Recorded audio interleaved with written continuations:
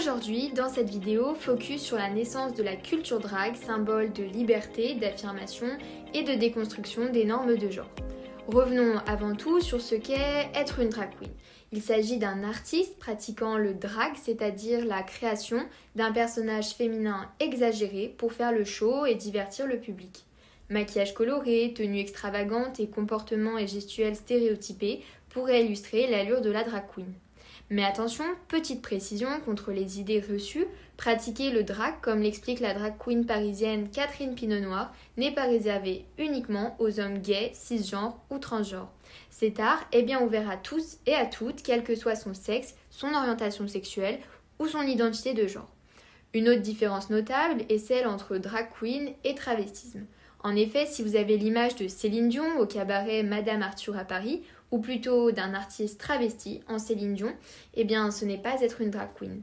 Puisqu'on l'a vu, une drag queen invente son propre personnage. Elle ne cherche pas à imiter, comme dans le travestissement, une célébrité.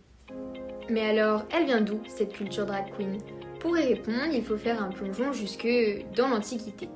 Et oui, l'idée prendrait quelques racines dans le théâtre. Qui l'aurait cru ? Durant l'Antiquité, quand les femmes ne pouvaient pas monter sur les planches, ou plutôt en étaient exclues, les hommes enfilaient les froufrous et jouaient des rôles de femmes. Comme quoi, adieu la virilité, la féminité n'était pas réservée qu'aux femmes.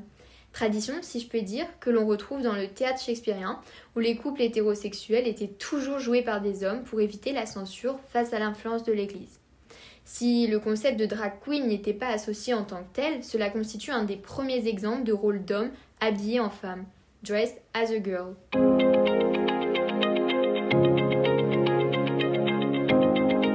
Alors en soi, la première drag queen à s'identifier comme telle nous vient tout droit des États-Unis, William Dorsey Swann. Né esclave en 1850, il est la première personne américaine à diriger un groupe de résistance queer et surtout, il est le premier connu à s'identifier comme Queen of Drag.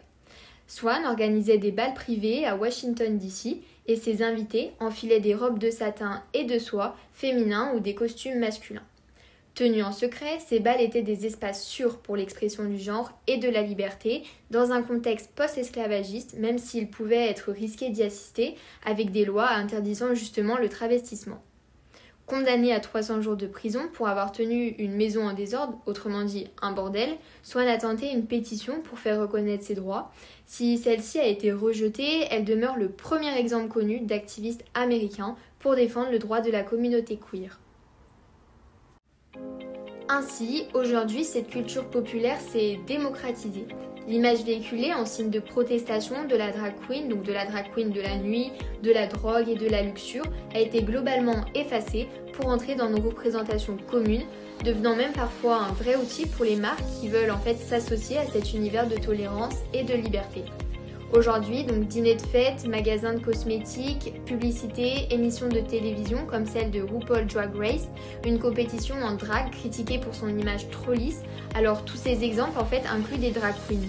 L'exemple le plus récent est bien sûr les Jeux Olympiques de Paris lors de la cérémonie d'ouverture, symbole fort qui a suscité bien des débats, montrant à la fois la drag queen comme divertissement, mais aussi comme combat politique finalement l'histoire de la drag queen depuis ses débuts.